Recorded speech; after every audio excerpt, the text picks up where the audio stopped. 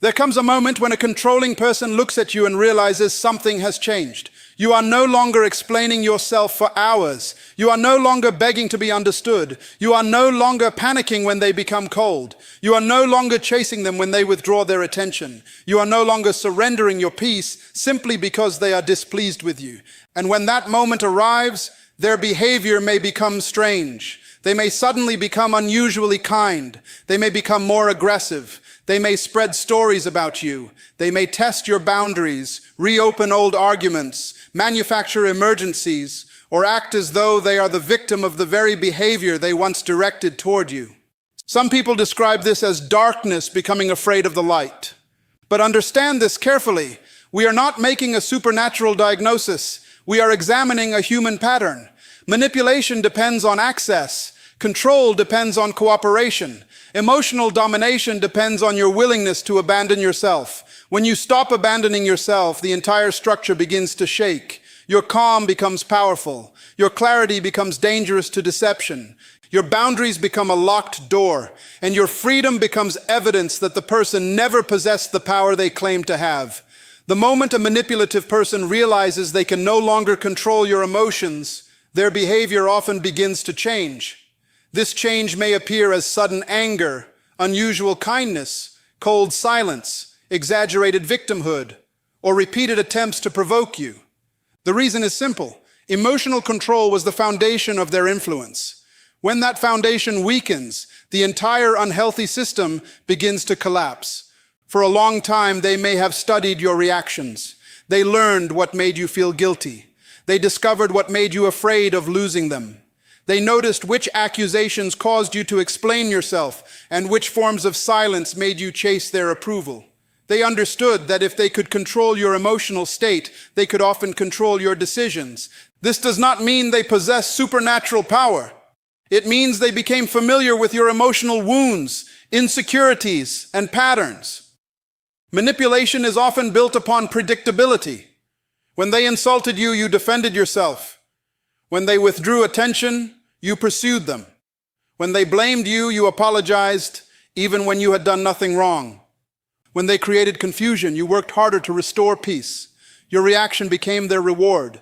But something changes when you become emotionally disciplined. You stop responding immediately. You stop assuming that every accusation must be answered. You stop viewing their anger as an emergency. You stop believing that their silence determines your value. You begin to pause before you speak, examine the facts, and ask whether the situation truly deserves your energy. That pause is powerful. It creates distance between their behavior and your response. In that distance, you regain your freedom. You recognize that you do not have to attend every argument to which you are invited. You do not have to prove your goodness to a person committed to misunderstanding you. You do not have to abandon your peace simply because someone is uncomfortable with your boundary. This is often when they begin acting differently. They may increase the pressure because the old methods are no longer working. They may say something more insulting than usual, hoping to create the reaction they once received. They may bring up old mistakes, question your character, compare you to others, or accuse you of becoming cold and selfish. Understand what may be happening. They are testing the door. They want to know whether your boundary is real or temporary. They want to know whether a louder accusation, a more dramatic story, or a longer period of silence will make you return to your old position. If you break your boundary every time they intensify their behavior, you teach them that persistence defeats your standards. This is why consistency matters. Emotional strength is not demonstrated by making a powerful statement once. It is demonstrated by living according to that statement when pressure arrives. Anyone can say, "I will no longer tolerate disrespect," while feeling confident. The real test comes when the disrespect appears, and you must decide whether your actions will support your words. You may feel guilty at first. That guilt does not necessarily mean you are wrong. People who have spent years pleasing others often feel guilty when they begin protecting themselves. You may have been conditioned to believe that your needs are selfish, your boundaries are cruel, and your silence is disrespectful. But there is a difference between cruelty and self-control. Cruelty seeks to cause pain. Self-control refuses to participate in unnecessary conflict. Cruelty humiliates. Self-control disengages. Cruelty seeks revenge. Self-control protects peace. You are not required to become harsh in order to become strong. You do not need to insult them, expose every mistake, or prove that you can hurt them. That would keep you emotionally tied to the same destructive cycle. Your strength appears when you remain respectful without becoming available for abuse. A calm response may sound like, "I will discuss this when we can speak respectfully." It may sound like, "I do not accept that version of events." It may sound like, "My decision has already been made." Sometimes it may require no response at all. Silence is not always weakness. Silence can be wisdom when words would only feed a conflict designed to exhaust you. However, silence should not be used as punishment or manipulation. Healthy silence is not about making someone suffer. It is about refusing to sacrifice your emotional stability for an argument that has no honest purpose. When they realize they cannot control your emotions, they may also become unusually kind. They may offer apologies, promises, affection, or gifts.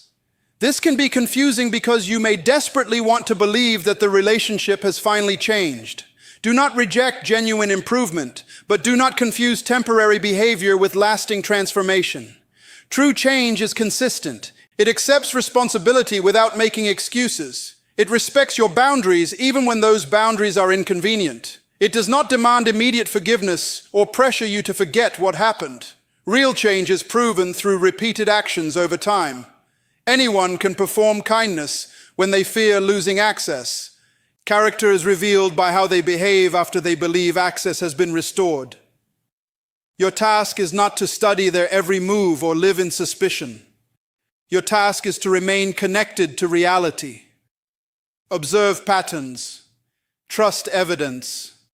Stop allowing emotional speeches to erase repeated behavior. The greatest transformation happens when their mood no longer determines your identity. When they praise you, you remain grounded. When they criticize you, you examine the truth without collapsing.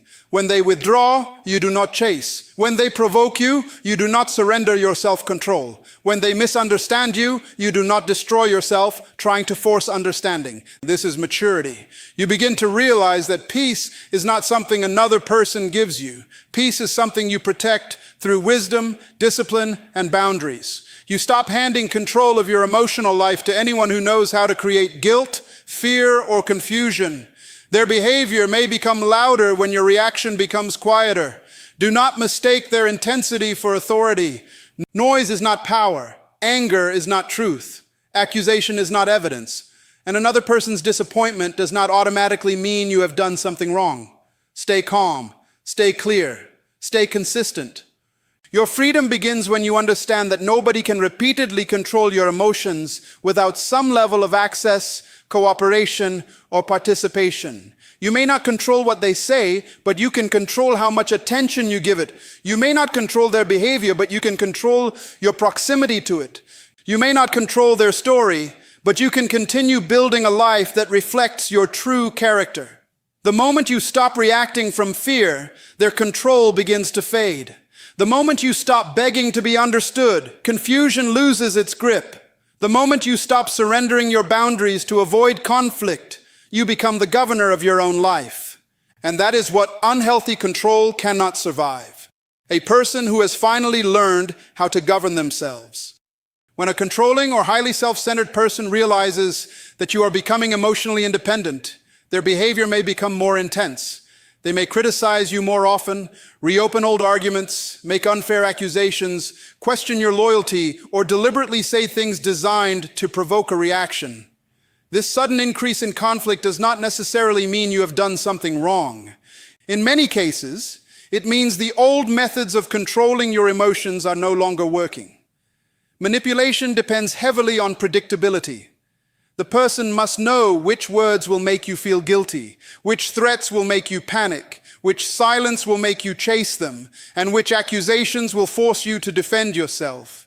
As long as they can predict your emotional response, they can influence your behavior. But when you begin pausing before reacting, questioning their version of events, and refusing to participate in unnecessary conflict, the dynamic changes. Your independence creates uncertainty for them. They no longer know whether their anger will frighten you. They no longer know whether their silence will make you beg for attention. They no longer know whether their criticism will destroy your confidence. They no longer know whether guilt will persuade you to abandon your boundaries. That uncertainty may cause them to increase the pressure. They may bring up your past mistakes, even after those issues have already been discussed. They may compare you to other people to make you feel inadequate. They may accuse you of becoming selfish, cold, arrogant, or disrespectful. They may claim that you have changed as though your growth is a betrayal. And perhaps you have changed. You have changed because you are no longer accepting confusion as communication. You have changed because you are learning that peace does not require your constant surrender. You have changed because you are no longer confusing love with emotional control. You have changed because you finally understand that being compassionate does not require tolerating repeated mistreatment. A manipulative person may describe your independence as rebellion because they were comfortable when you were dependent on their approval. They may call your boundaries disrespectful because they benefited when you had none. They may accuse you of being difficult because the former version of you was easier to control. Do not let their frustration convince you that your growth is wrong. However, you must also be honest with yourself. Emotional independence does not mean becoming cruel, insulting, or unnecessarily confrontational. It does not mean using silence as punishment. It does not mean refusing every conversation or assuming every disagreement is manipulation. Healthy independence means you can listen without surrendering your judgment. You can disagree without becoming destructive. You can set limits without seeking revenge. Your goal is not to become heartless. Your goal is to become stable. When provocation increases, do not respond by becoming equally provocative. If they raise their voice, you do not have to raise yours. If they insult you, you do not have to insult them back. If they accuse you falsely, you do not need to spend hours proving your innocence to someone who has already decided to misunderstand you. You may simply say, I am willing to discuss this respectfully. You may say, I do not agree with that description. You may say, I will not continue this conversation while I am being insulted.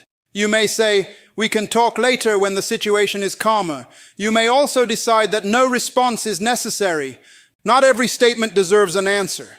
Not every accusation deserves a defense. Not every challenge deserves your energy. Sometimes provocation is not an invitation to solve a problem. It is an attempt to pull you back into the emotional position from which you are easiest to control. Learn to recognize the difference between communication and bait. Communication seeks understanding. Bait seeks reaction. Communication allows both people to speak. Bait demands that you defend yourself. Communication focuses on the present issue. Bait gathers every past mistake to overwhelm you. Communication respects limits. Bait punishes you for having them. When you understand this distinction, you become more disciplined. You stop entering arguments that have no destination. You stop explaining yourself to people who are committed to misunderstanding you. You stop measuring your goodness by your willingness to tolerate emotional chaos. This may make the other person uncomfortable because your calm exposes the weakness of their strategy. A person cannot easily control someone who no longer reacts automatically. They may intensify their behavior temporarily, hoping that greater pressure will restore the old pattern. This is why consistency is essential. Do not set a boundary today and abandon it tomorrow because they become angry. Do not say you will end a disrespectful conversation and then remain for another hour. Do not claim that certain behavior is unacceptable while repeatedly accepting it without consequence. A boundary is not a threat. It is a decision about your own participation. You are not saying, you must behave exactly as I demand. You are saying, if this behavior continues, I will remove myself from the situation. That is not control, that is responsibility. Your independence does not attack another person. It simply removes their ability to govern your emotions. It means their approval is no longer the source of your identity. Their rejection is no longer the definition of your worth. Their anger is no longer an emergency you must immediately solve. Understand this clearly. The increase in provocation is often evidence that the old system is losing power. Do not celebrate their frustration, and do not become obsessed with proving that they are afraid of you. Remain focused on your own growth. Your victory is not making them angry. Your victory is becoming difficult to manipulate. Your victory is not defeating them in an argument. Your victory is refusing to lose yourself in one. Your victory is not forcing them to respect your independence. Your victory is continuing to live independently whether they approve or not. Stay calm, stay observant, stay consistent. The moment you stop giving emotional chaos the reaction it demands, you begin reclaiming authority over your own life. One of the greatest mistakes people make when dealing with a manipulative individual is believing that the strongest response must be the loudest response. They think they must win every argument, expose every lie, correct every accusation, and prove every detail. But emotional manipulation does not usually end because you argued more intelligently. It begins to lose its power when you stop giving it unlimited access to your emotions, attention, time, and energy. Calm boundaries are powerful because they remove the confusion that manipulation needs in order to survive. A controlling person may provoke you, insult you, misunderstand you deliberately, or twist your words until you become emotionally overwhelmed. Once you react with anger, they may ignore everything they did and focus completely on your reaction. Suddenly, you are defending your tone instead of addressing their behavior. You are apologizing for becoming upset while they avoid responsibility for what caused the conflict. This is why calmness is not weakness. Calmness is self-government. When you remain composed, you give yourself time to recognize what is actually happening. You stop responding automatically. You begin asking better questions. Is this conversation productive? Is this person listening? Or are they only looking for another opportunity to argue? Am I explaining myself because clarity is needed or because I am desperate for their approval? Does this situation require a response, or am I being pulled into another cycle? A boundary is not an attempt to control another person. It is a clear decision about what you will accept, what you will participate in, and what you will do when a line is crossed. You cannot force someone to stop insulting you, but you can end the conversation when insults begin. You cannot force someone to tell the truth, but you can stop making important decisions based on promises that repeatedly prove unreliable. You cannot force someone to respect your time, but you can stop rearranging your entire life for their manufactured emergencies. This is where many people struggle. They announce a boundary, but they do not follow through. They say, "Do not speak to me that way," yet they remain in the conversation for another hour. They say, "I will not continue lending you money," yet guilt persuades them to do it again. They say, "I need distance," but they answer every message immediately. A boundary without consistent action becomes a suggestion. Manipulative people often test boundaries because they want to know whether your words have consequences. They may become angry, offended, unusually affectionate, or suddenly desperate. They may accuse you of being selfish, cold, arrogant, unforgiving, or difficult. This reaction does not automatically mean your boundary is wrong. Sometimes it simply means the person was benefiting from your lack of limits. You must learn to tolerate the temporary discomfort that comes with protecting your long-term peace. You may feel guilty when you first say no. You may fear disappointing people. You may worry that setting limits makes you unkind. But kindness is not the absence of standards. Kindness does not require you to tolerate disrespect. Compassion does not require unlimited access. Forgiveness does not mean repeatedly returning to the same destructive environment. You can speak with dignity while remaining firm. You can say, "I am willing to discuss this when we are both calm." You can say, "I will not respond to insults." You can say, "That decision is final." You can say, "I understand that you disagree." You can say, "No." Notice that these statements do not contain long speeches. Manipulation often uses your explanations as material for another argument. The more you explain, the more points the person may challenge. They may question your motives, debate your memories, or demand that you justify your feelings. You do not need to defend every boundary until the other person agrees with it. Healthy people may not always like your limits, but they can respect them. Manipulative people often treat your boundary as an attack because they believe access to you is something they are entitled to. They do not merely want communication, they want control over how you think, feel, and respond. This is why your consistency matters more than your intensity. You do not need to threaten. You do not need to insult. You do not need to humiliate anyone publicly. You do not need to prove that you are more powerful. You simply need to become predictable in your standards. When disrespect begins, you leave. When lies continue, you stop relying on the person. When private information is repeatedly used against you, you stop sharing it. When conversations become abusive, you end them. Your actions teach people what your words mean. Calm boundaries also protect you from becoming like the person who harmed you.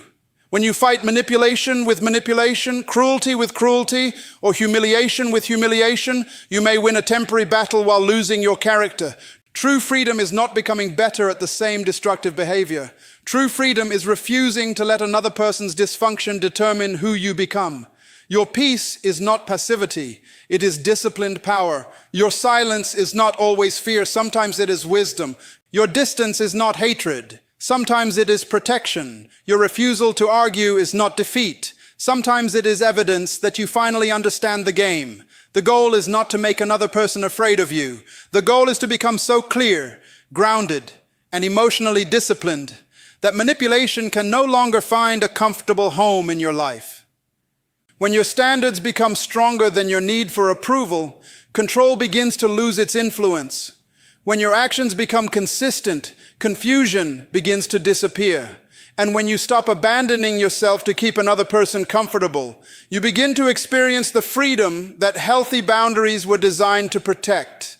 Your greatest victory is not making another person fear you.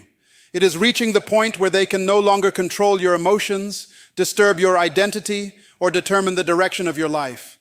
Many people believe they have won when the narcissistic person becomes angry, jealous, desperate, or afraid of losing them. But that is not complete freedom. As long as you are watching for their reaction, measuring their pain, or hoping they regret what they did, part of your attention still belongs to them. Real victory begins when your peace no longer depends on what happens to them. You do not need them to apologize before you heal. You do not need them to admit the truth before you trust your own experience. You do not need them to suffer before you permit yourself to move forward. Their regret is not your reward. Their downfall is not your destination. Your destination is restoration. Ask yourself an honest question. Are you trying to become free, or are you trying to prove that they lost someone valuable? You already know your value. You do not need their disappointment to confirm it. A person can leave a destructive relationship physically while remaining trapped emotionally. They may stop answering calls, but continue checking social media. They may establish distance, but spend every day imagining what the other person is thinking. They may say they are finished, yet secretly hope the narcissistic individual will return, apologize, or finally recognize their worth. That is not freedom. That is separation without emotional release. Freedom means you stop making them the center of your inner world. You stop rehearsing arguments that will never bring closure. You stop explaining yourself to people committed to misunderstanding you. You stop checking whether they are happy, miserable, successful, lonely, or involved with someone else. You recover the energy that was once wasted on confusion and invested in rebuilding your own life. Your healing must become more important than their reaction. This is why revenge is dangerous. Revenge may feel powerful for a moment, but it keeps you emotionally connected to the person who hurt you. It causes you to organize your decisions around them. You begin trying to appear happier, more successful, more attractive, or more desirable just to provoke regret. But a life built to impress an enemy is still controlled by the enemy. Build because you have a purpose. Grow because you respect yourself. Become disciplined because your future deserves it. Heal because peace belongs to you. Your transformation should not be a performance designed to make another person suffer. It should be a private commitment to never abandon yourself again. When people speak about a demonic spirit being afraid, understand it as a symbolic description of destructive patterns losing their influence. Deception is threatened by truth. Confusion is weakened by clarity. Manipulation loses power in the presence of boundaries. Emotional control becomes ineffective when you stop reacting automatically. The darkness is not defeated because you become darker. It is defeated because you refuse to participate in it. Do not answer cruelty with cruelty. Do not respond to lies by becoming dishonest. Do not expose private information simply because you feel wounded. Do not send threats, create public humiliation, or attempt to destroy another person's life. You cannot protect your dignity by abandoning your character. The strongest response is often a disciplined life. It is waking up and taking care of your responsibilities. It is protecting your health, improving your finances, rebuilding trustworthy relationships, strengthening your faith, and developing emotional stability.